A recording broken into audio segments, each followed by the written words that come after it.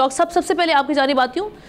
Budget तो हमारे सामने है, IMF वाला जो जिस प्रोग्राम में हम दाखिल होने जा रहे हैं उस हवाले से वज़ीर आज़म साहब, वज़ीर ख़जाना साहब के मुख्तलिफ बयानात भी सामने। आज वज़ीर दिफा साहब ने एक नया बयान दाग दिया है, इसके असरात और किस तरह से इसको जस्टिफाई करेगी हुकूमत?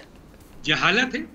काबीना में ये चीज़ डिस्कस हो चुकी है, ये वज़ीर दिफा हैं और वज़ीर आज़म ने भी ये ऐलान कर दिया था, वज़ीर ख़जाना ने भी ऐलान किया। 2 दफ़ा वज़ीर ख़जाना का इंटरव्यू मैंने किया, दोनों दफ़ा उन्होंने इस बात का बताया है कि ये बजट IMF के ताउन से हम तैयार कर रहे हैं। और आज से पहले जितनी भी सियासी हुकूमतें रही हैं और जितने लोगों ने भी IMF को ज्वाइन किया है, सब ने उस वक्त भी यही कहा जाता था कि IMF अगर आपके साथ बजट में है या आपके साथ आप उससे कर्ज ले रहे हैं तो ये मुल्क के लिए अच्छा नहीं है। कभी भी अच्छा नहीं है, कल भी अच्छा नहीं था। जब ख्वाजा आसिफ साहब 2018 में नवाज शरीफ 17 के साथ थे, उस वक्त भी अच्छा नहीं था। आसिफ अली जरदारी साहब के साथ थे, वो भी अच्छा नहीं था।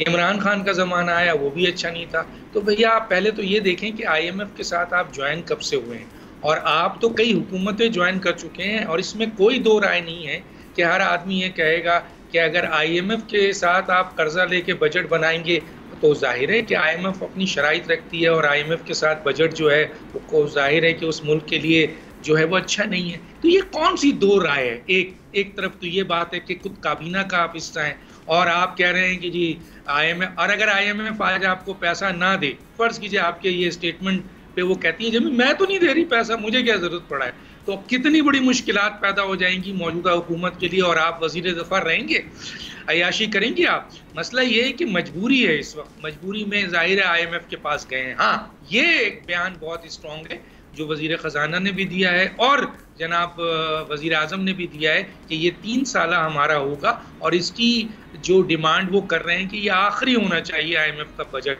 और IMF का जो भी आपका एग्रीमेंट हो वो आखिरी हो।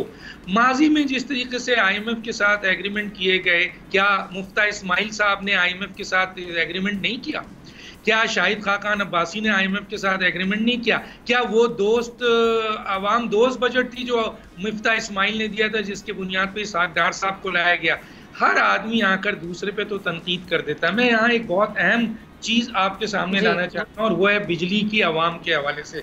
अब आपके इससे तवस्सुक से मैं बिजली और वज़ीर आज़म और हुक्मरानों से ये सवाल करता हूँ कि बिजली की कीमत अदा कर दी तो इस पर कौन सा टैक्स, कौन से कबूल, ये कौन सी एडजस्टमेंट का टैक्स है, किस प्राइस पर ये इलेक्ट्रिसिटी, उस पर कौन सी ड्यूटी, ये मुख्तलिफ चीज़ें हैं जिसके टैक्स है। जब मैं पूछ रहा हूँ कौन से फ्यूल पे कौन सी एडजस्टमेंट का टैक्स है, कौन से फ्यूल की फिक्स प्राइस पे ये एडजस्टमेंट लगाते हैं, बिजली के यूनिट्स की कीमत जो हम अदा कर चुके हैं ये कौन सी ड्यूटी है और क्यों है, टीवी की कौन सी फीस जबकि हम केबल से जो है वो अदा करके पैसे दे रहे हैं, जब बिल हम माहाना अदा करते हैं तो ये बिल का क्वार्टरली एडजस्टमेंट क्या है, कौन सी फाइनेंस का कास्ट चार्जिंग हमसे लिया जाता है, जब इस्तेमाल शुदा यूनिट का बिल अदा कर रहे हैं तो किस चीज़ का एक्स्ट्रा चार्जेस आप हमसे ले रहे हैं,